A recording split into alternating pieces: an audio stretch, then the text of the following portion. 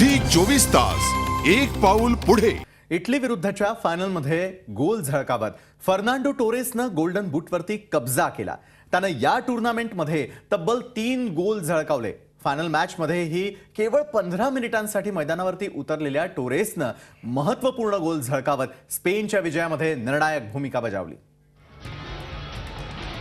Fernando Torres Spanish टीममधील एकमेव striker आणि या स्टार स्ट्रायकरनंच फायनलमध्ये गोल नोंदवत स्पेनच्या विजयात निर्णायक भूमिका बजावली।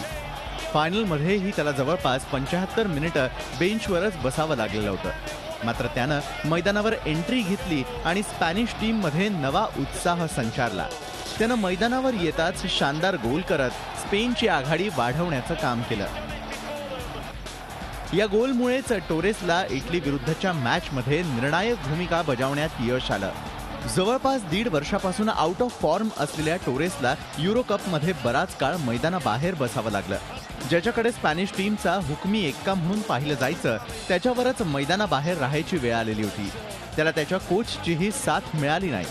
आउट ऑफ फॉर्म असल्यामुळेच टोरेसला संधी दिली जात नाही असं त्याच्या कोचनं स्पष्ट केलेलं होतं। मात्र टोरेस या सगळ्या प्रकारामुळे जराही निराश झाला नाही। उलट जेव्हा जेव्हा तो सबस्टिट्यूट म्हणून मैदानावर आला त्यावेळी त्यानं आपल्या टीमसाठी गोल करण्याचा प्रयत्न केला।